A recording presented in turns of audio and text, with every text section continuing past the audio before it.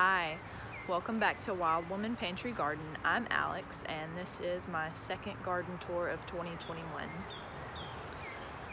It's been about a month since my last garden tour and things have changed. Let's see. There's a lot going on with the perennial things that are growing in my flower garden. And there are some new developments in the vegetable garden as well. So I would like to show you all the beautiful change that's happening. So in my flower garden,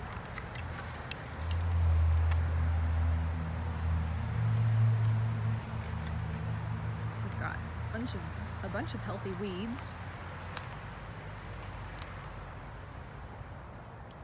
And some really awesome things going on.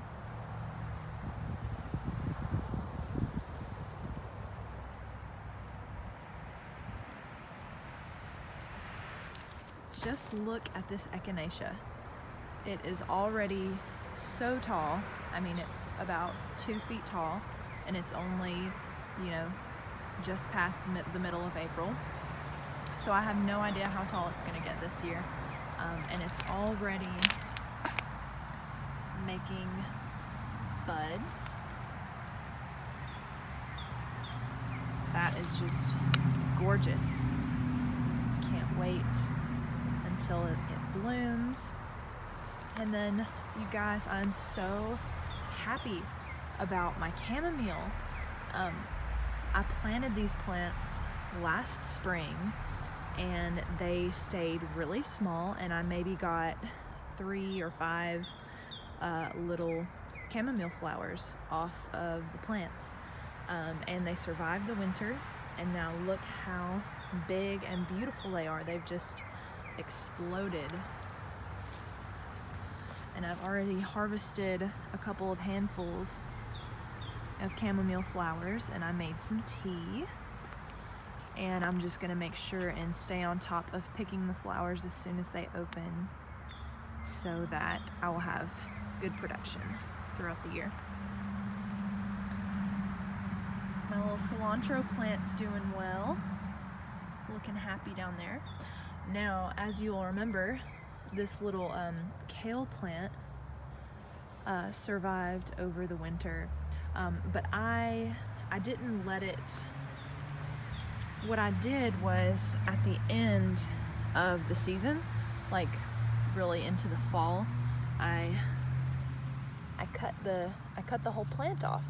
I just harvested the whole top of the kale, and I thought that would be the end of the plant, but that little stub of a plant just survived all winter, and it started sending up new leaves, and I was like, okay, what's happening here? And now it's flowering.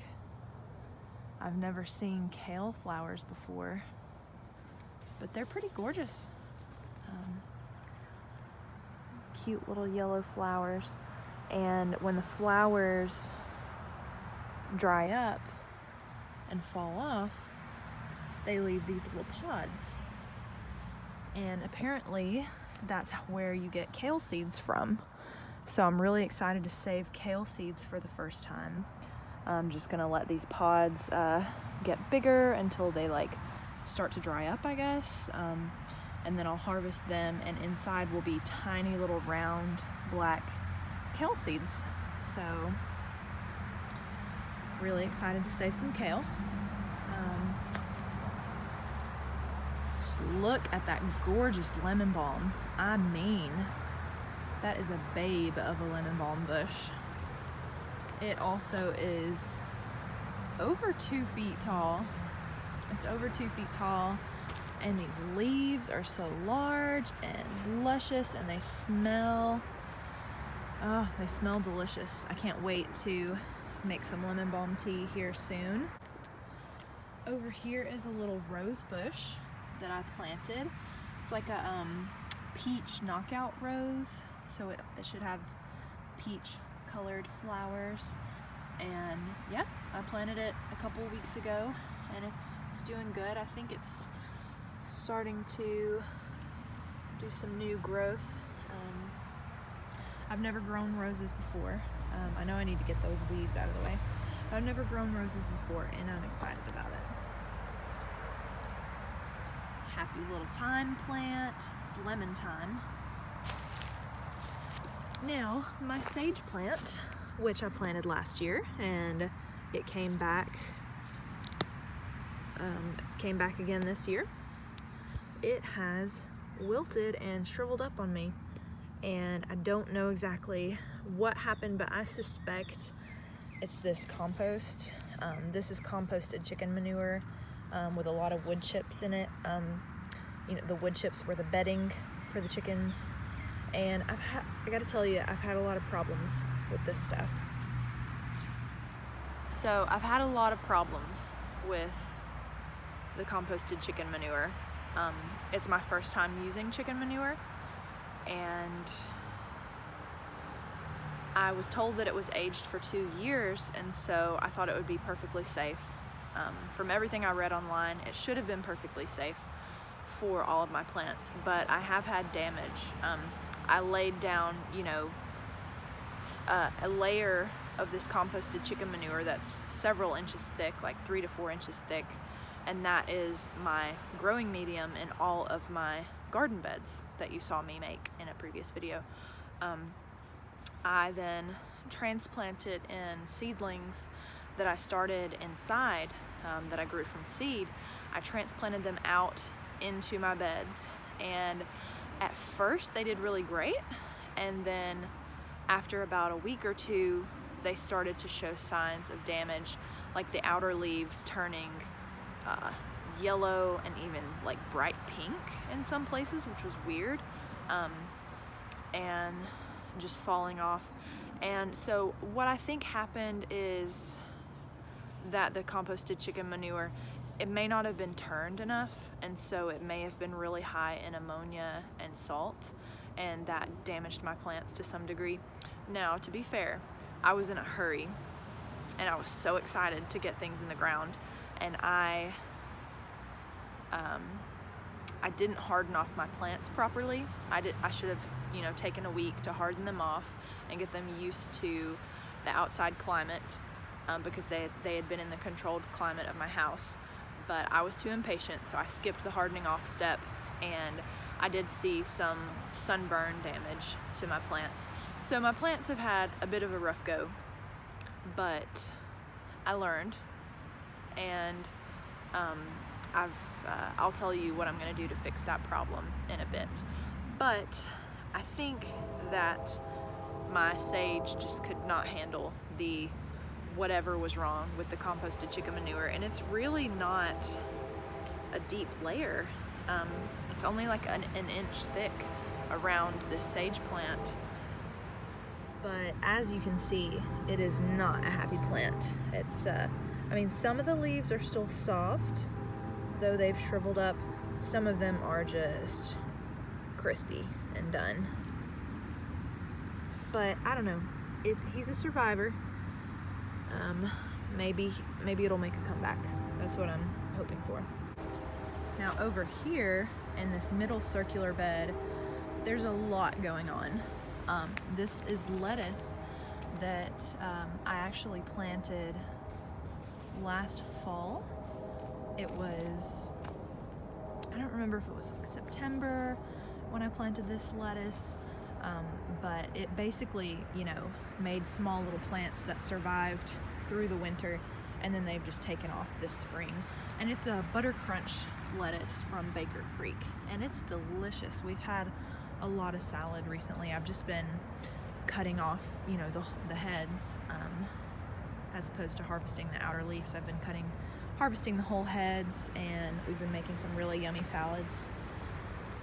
Now this chard plant, oh my god, it's gorgeous.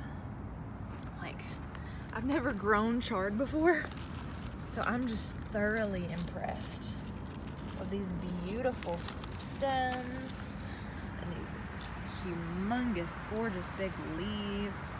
I'm actually probably gonna cook this chard this weekend. I'm gonna have to find a recipe because I've never cooked chard before. it's a beautiful plant, but I'm gonna eat it. And something else exciting that I didn't expect, I purchased some really cool seeds last year from Baker Creek that were Japanese white dandelion. And some people are gonna say, why on earth would you plant dandelions? But these are Japanese white dandelions, so they sounded really cool, you know, just to look at. But also, I harvest the dandelion roots and dry the roots to make a roasted dandelion root tea, which is delicious and really good for you. And you can also eat the dandelion leaves in salads. They taste really bitter, but they're really delicious. You can put them in smoothies and juices as well. And some people even fry the blossoms, which sounds pretty cool. But anyway, I planted the Japanese white dandelion in this circular bed last year, and they made little plants, but they didn't thrive and they never blossomed or anything like that. But in the fall, late in the season last year, I harvested them all. I dug up all the roots and harvested them and dried them to make tea. And that I did not expect that they would come back this year. Dandelions make a really long taproot, and it's really hard to get all of the root out when you harvest it. There's always going to be a little bit left in the ground, and that little bit has made new plants this spring, which I'm super excited about. You can see one of them here. There's one there. There's another couple of them tucked underneath this lettuce. And then one of them has made a flower. So I'll have a Japanese white dandelion bloom soon. And that is just too cool to me. I know a lot of people are gonna be like, why is she so excited about dandelions? I've never grown these before. They look really cool to me, and dandelion tea is delicious, so. Next on the tour, we have a rosemary start that I got at Tractor Supply and planted, and it's doing so good. It's already grown a lot, smells amazing, and it's delicious. Next on the tour, all of these weeds that I need to dig out. I'm gonna get my hoary knife out and try and get the root of these plants out so they will go away forever. Here we have a volunteer, which I believe is a cucumber. Now, could turn out to be a pumpkin or a melon of some sort, but I'm pretty sure it's a cucumber. And I'm gonna let it live. There's another little baby one right there. So yeah, I'm gonna have a couple of little volunteer cucumber plants in the flower garden. And hey, the vine is beautiful and it will grow all along this fence. And I love cucumbers, I love making pickles. So you go, volunteer cucumber plants. And we actually had an unusual freeze 2 nights ago.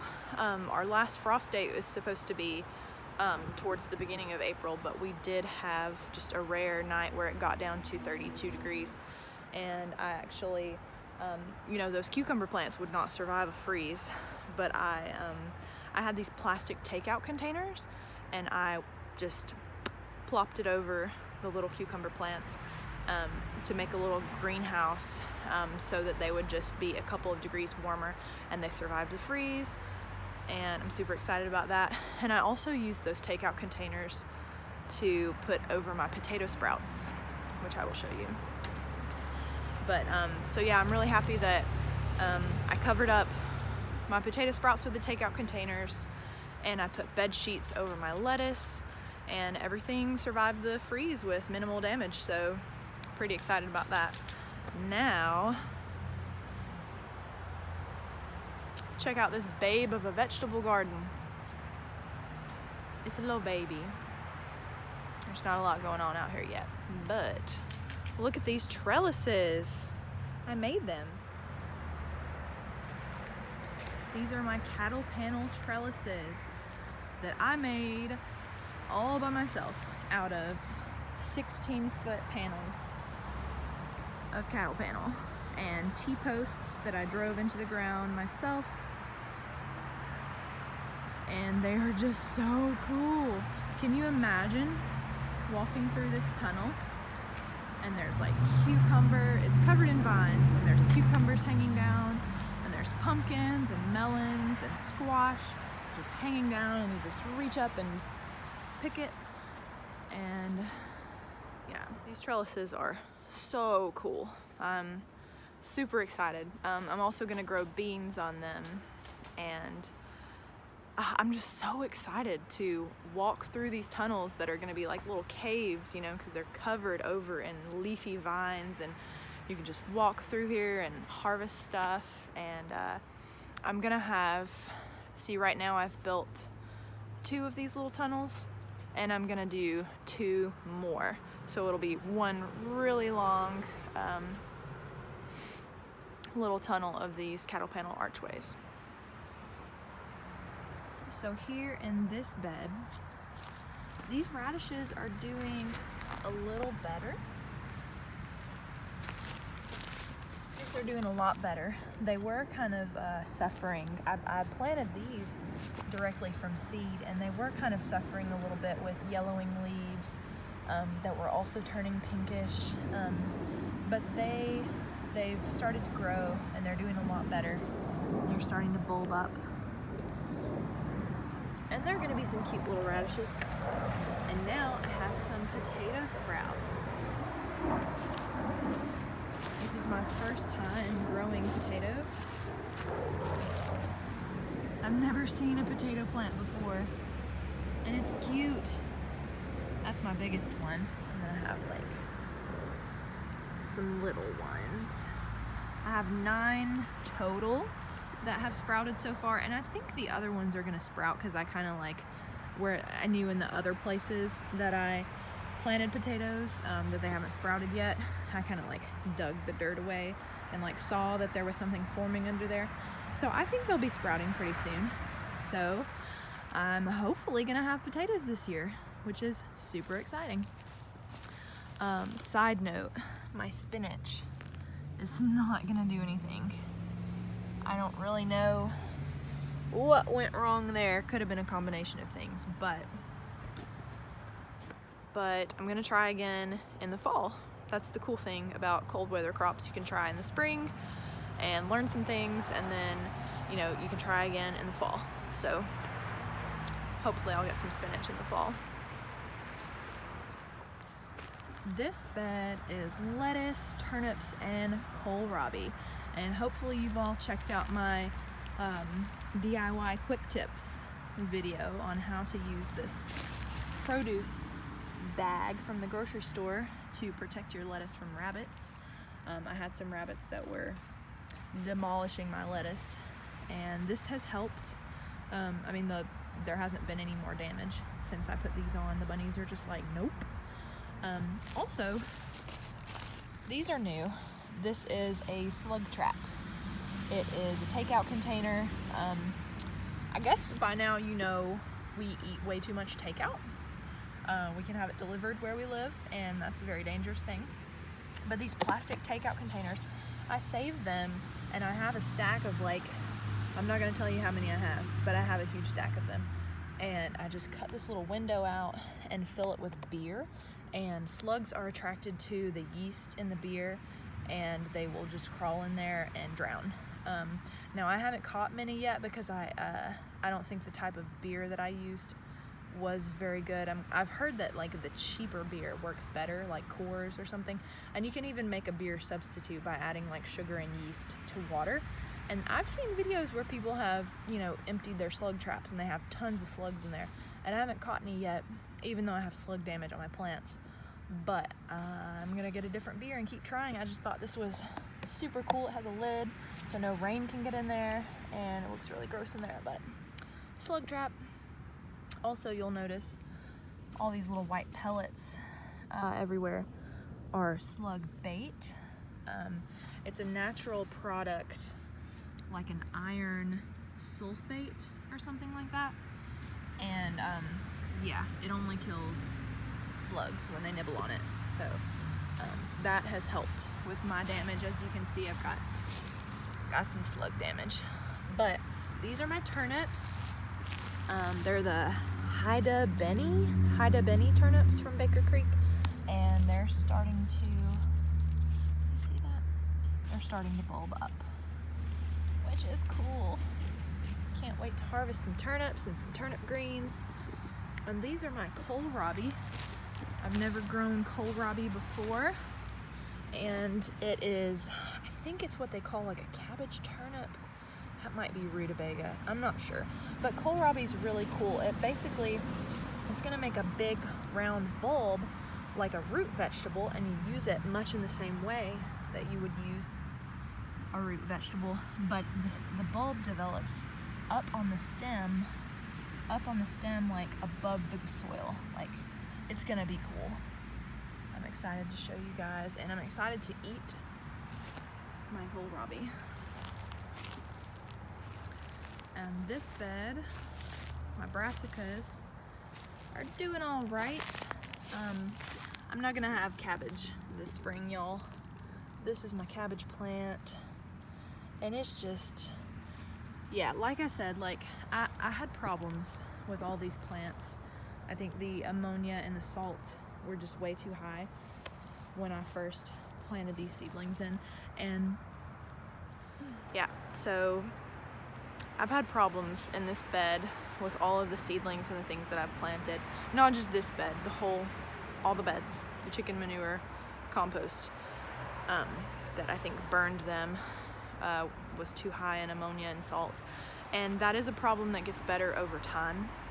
Every time it rains, it leaches away some of that ammonia and that salt, and it breaks down over time as well. So things are doing much better than they were just like maybe 2 or 3 weeks ago. I was so stressed because I was like, I thought I had the perfect growing medium. I found this compost, it looks so good, and it's hurting my plants. What am I gonna do? My garden's gonna fail. But I reached out to an online gardening group. It was a Facebook group. It's like Baker Creek Heirloom Seed Gardeners, people who love Baker Creek seeds like I do. And that is a great community. And I asked them about the problem, and they said, you know, don't pull the plants out and start over, just give it time, and things are looking better. And also what I'm gonna do is, you can see the bags of topsoil. I bought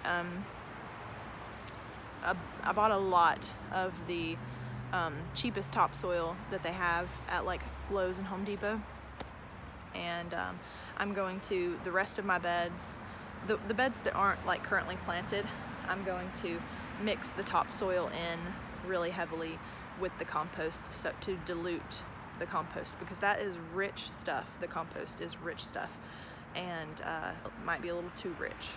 So we're gonna try that and hope that works.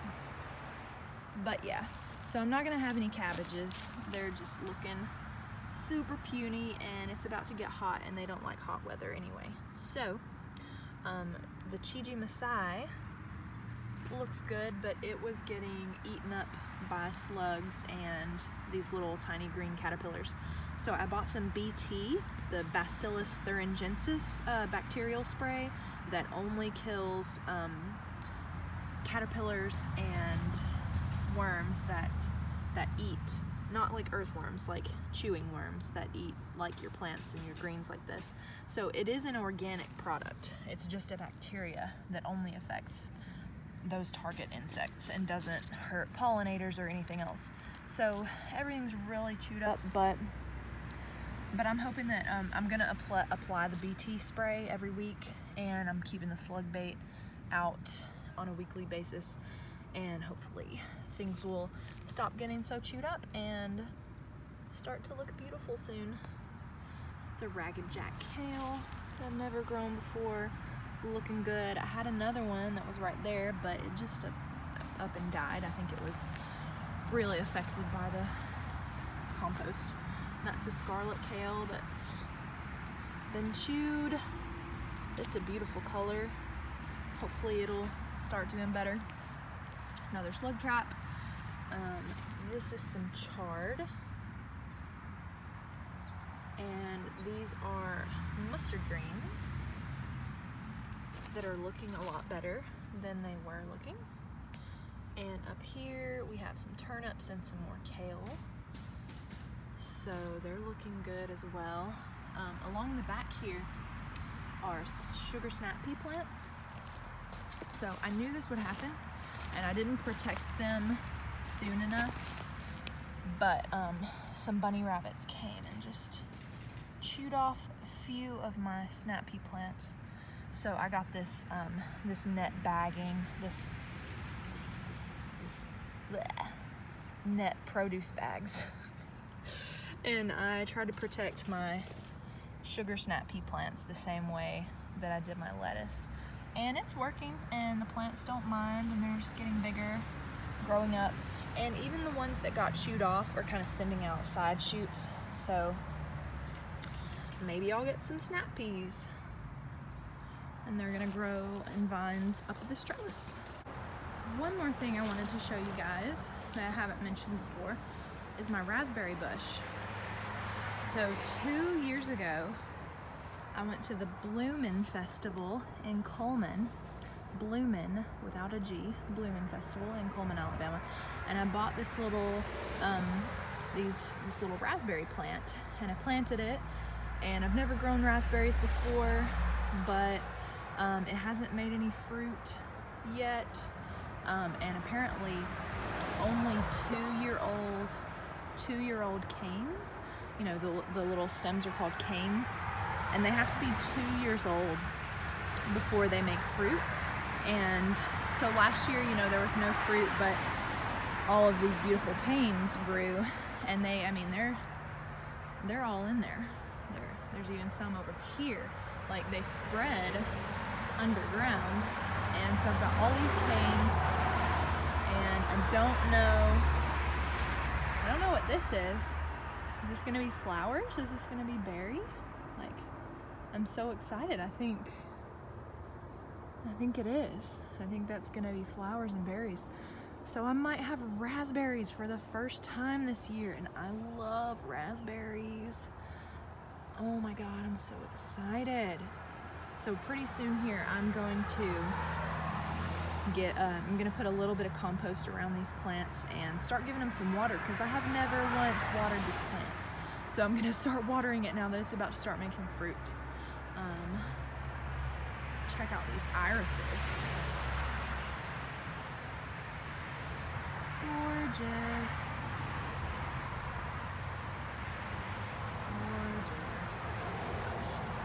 And these irises were planted a long time ago by whoever lived here before us, but they're so pretty. I'm really excited to potentially get some raspberries this year, and I want to have a bigger berry patch. I'm not exactly sure where I'm gonna put it. I could put it back there with the other berries, just that little corner doesn't get a lot of sun. But there's a place up here that gets a lot of sun that I might put a berry patch. I want to get blueberries, blackberries, raspberries, all the berries.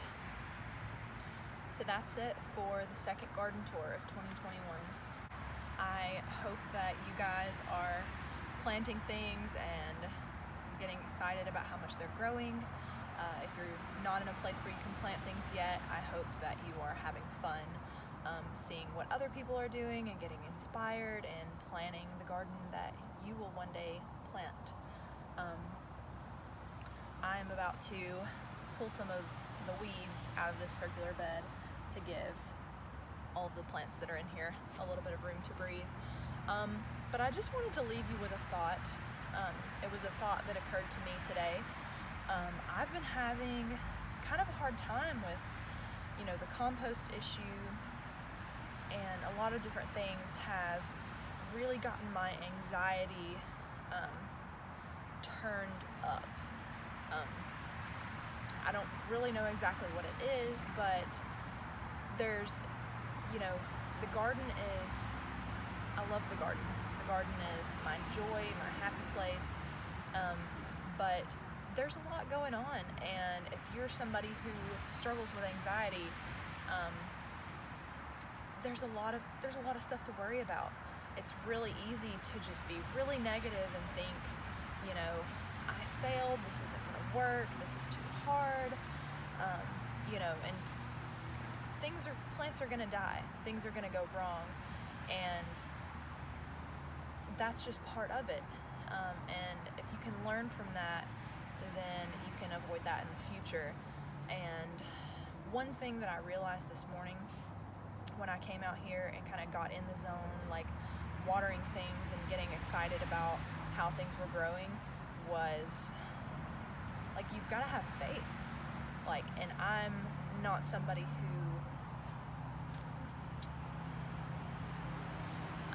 who's had a lot of experience with faith, but you've got to have faith that what you plant will grow. Like I was telling myself this morning, I have faith that the things I plant will grow. I have faith that the things I build will stand, because I have faith in myself, I have faith in the planet, in the universe. Seeds want to sprout, plants want to grow, and it's just about finding out what combination of simple things you can give to a plant to make that happen. Got a little deep there at the end of this garden tour, but I hope that you enjoyed it. Thank you for watching. If you enjoyed it, please like and subscribe. I know it's been like a month since my last garden tour, but I'm going to start doing them weekly as it's warmer and things are going to change quickly. So, yeah, thank you. Happy growing.